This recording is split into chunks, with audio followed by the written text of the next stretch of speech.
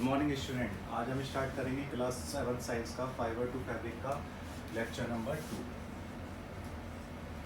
Lecture number 1 में हमने काफ़ी सारी चीज़ डिस्कस की थी। किस तरह से फाइबर से वुल ऑब्टेंड होता है, फाइबर से किस तरह से हमें सिल्क ऑब्टेंड होता है।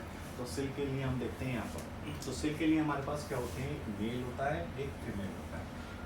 ठीक। सिल्क वॉर्म जब हम बात करते हैं, सिल्क वॉर्म क्या होता है, एक बटरफ्लाई की शेप में क्या होता है, हमारे पास मेल होता है, फीमेल होता है। इनको हम क्या करते हैं, रियरिंग करते हैं। रियरिंग एक प्रोसेस होता है जिसमें इनको पालन पोषण किया जाता है। उसी के हिसाब से हम लोग इनको क्या करते हैं, आगे यूज़ करते हैं। तो हम क्या कर रहे हैं, एक मेल और फीमेल की जब हमने मैटिंग कराते हैं, ठीक है, मैटिंग के बाद में क्या होता है, एग्स ऑन मलबरी लीव्स। जो मलबरी लीव्स होते हैं उस पर क्या करते हैं, ये लोग एग्स को देते हैं, मतलब अंडे देते हैं। और वही अंडे थोड़े टाइम बाद क्या करते हैं, सिल्क वॉर्म का रूप लेते हैं। सिल्क वॉर्म यहाँ पर ये कैटरपिलर्स, ठीक है, ये कैटरपिलर क्या करते हैं, swing its head in the figure of 8। ये 8 टाइम्स अपने हेड को क्या करते हैं, इधर उधर मूव करते हैं। ठीक, 8 बार ये लगातार अपने हेड को इधर उधर मूव करते हैं और सिक्रीट करते हैं फाइबर। ठीक है, एक फाइबर को सिक्रीट करते हैं और वो फाइबर किससे बना होता है, प्रोटीन से। वो फाइबर किससे बना होगा, प्रोटीन से। 8 टाइम्स अपने हेड को ये इधर उधर मूव करेंगे और फाइबर को सिक्रीट करेंगे जो प्रोटीन से बना होगा, विच बिकम सिल्क। और वही बनेगा क्या, silk. By contact of air, जब ये प्रोटीन जो ये सिक्रीट करते हैं फाइबर, जब ये एयर के कॉन्टैक्ट में आता है, ठीक है, एयर के कॉन्टैक्ट में आने के बाद ये क्या बन जाता है, सिल्क। अब ये सिल्क को क्या होगा, इसका काम क्या होगा आगे। जब हम बात करते हैं प्यूपा की, प्यूपा में होता क्या है, ये जो फाइबर जो होते हैं इनको ये अपनी स्किन पर लपेटते हैं। कैटरपिलर कवर इटसेल्फ, ये जो कैटरपिलर्स होते हैं ये अपनी स्किन पे उसे लपेटते जाते हैं काफ़ी बार, ठीक है, कवर करते हैं सिल्क फाइबर से। एंटर इनटू प्यूपा, फिर ये प्यूपा में कन्वर्ट हो जाते हैं और कोकून का रूप ले लेते हैं। और ये बहुत सारे छोटे छोटे इस तरह से कोकून जब बनते हैं तब इनको हम लोग क्या करते हैं, फार्मर्स को दे देते हैं और वो फार्मर्स इनसे क्या करते हैं, सिल्क ऑब्टेन कर लेते हैं। तो ये प्रोसेस था आपका, किस तरह से मेल और फीमेल की मैटिंग से या सिल्क वॉर्म कैटरपिलर की हेल्प से आपको सिल्क मिलता है। नेक्स्ट डिस्कस करेंगे इसमें रियरिंग।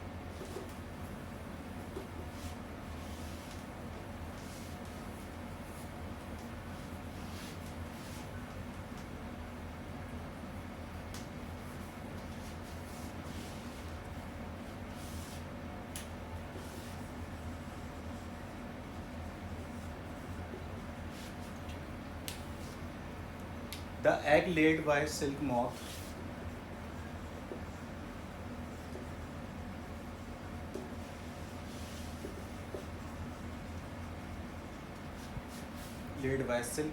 is stored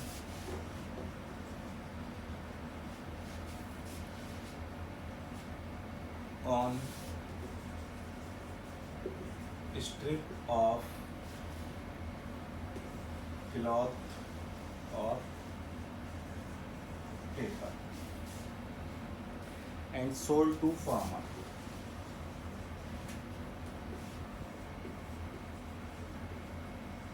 और फार्मर को क्या कर दिया जाता है, सोल्ड। ये जो एग होते हैं, ठीक है, जो सिल्क मॉथ जो होता है वो एग देते हैं, उसको हम क्या करते हैं कि स्ट्रिप, एक क्लॉथ होता है, कपड़े के ऊपर या फिर पेपर के ऊपर हम उसे क्या करते हैं, स्टोर कर देते हैं और उसके बाद में इन एग को हम फार्मर को सोल्ड कर देते हैं, मतलब बेच देते हैं। The egg are warm to suitable, the egg are warm to suitable temperature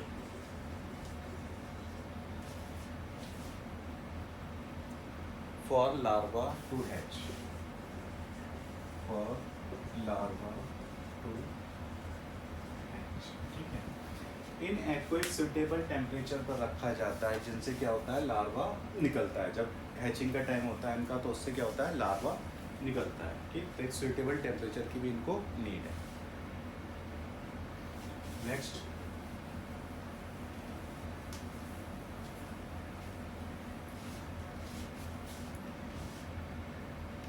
the caterpillar larva eat bye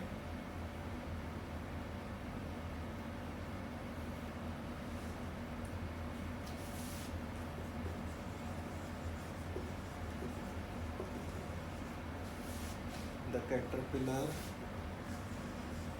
larva eat day and night. ये क्या करते हैं, दिन रात खाते रहते हैं, दिन रात खाते रहते हैं और काफ़ी मोटे हो जाते हैं। ठीक है,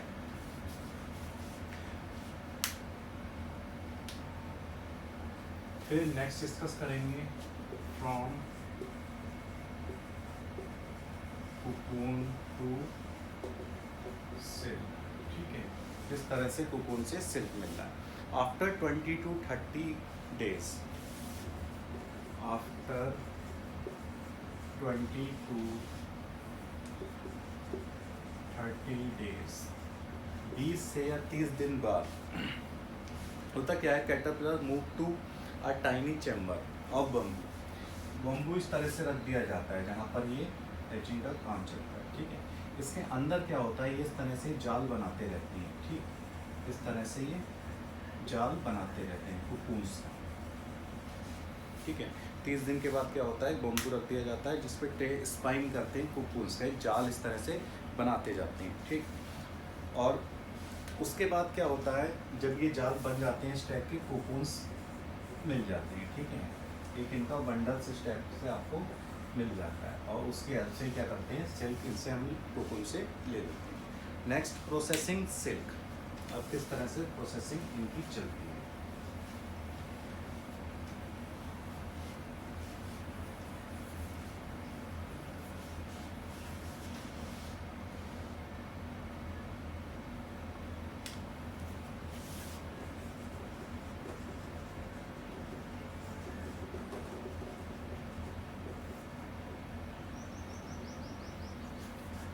First steps, cocoon are kept under sun.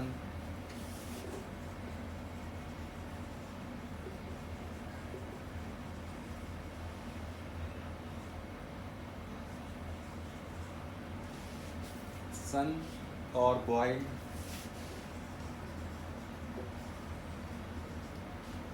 or exposed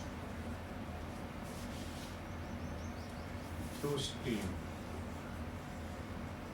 ठीक है, इनको क्या करा जाता है, या तो सनलाइट के उसमें रखा जाता है या फिर इनको बॉईल कर लिया जाता है या फिर एक्सपोज करने के लिए इनको हम स्टीम भी प्रोवाइड कर देते हैं। The silk fibre separate out and the silk fibre separate out. ठीक है, ये 20 से 30 दिन बाद हमने क्या करा, उस फार्म को उसने कोकून्स बना लिए, बम्बूस के अंदर एक जाल बुन लिया और उस जाल को हमने क्या करा, सन लाइट की प्रेजेंस में रखा या फिर उसे बॉईल कर दिया हल्का सा, या फिर उसको हीट दे दी। ठीक है, या स्टीम दे दी। स्टीम देने के बाद क्या हुआ, सिल्क फाइबर उसमें से सेपरेट आउट हो गए।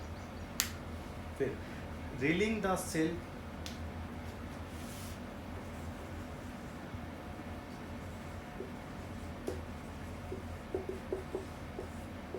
अब रीलिंग द सिल्क में देखते हैं क्या होता है। The process of taking out, the process of taking out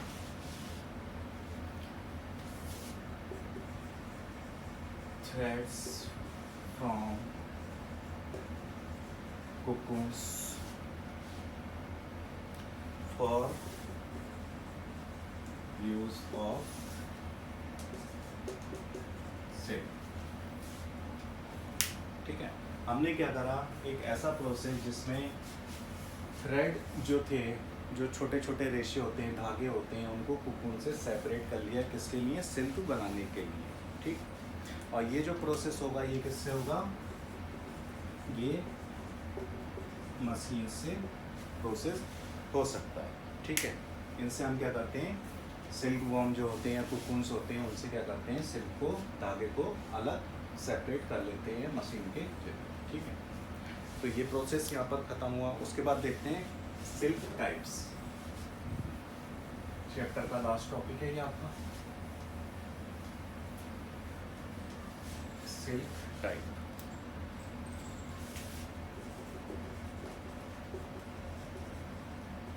ठीक, तो पहला the silk yarn.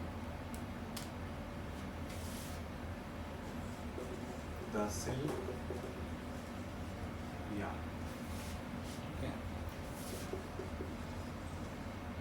Thread is obtained from cuckoos, ठीक है। जो सिल्क यार्न होते हैं, यार्न मतलब थ्रेड, ठीक है, बहुत सारे थ्रेड जब जुड़ जाते हैं तो उसे हम क्या बोलते हैं, यार्न।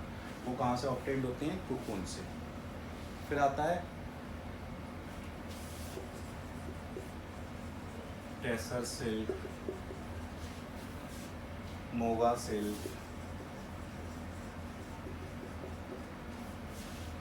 कोसा सिल्क, एरी सिल्क, ठीक।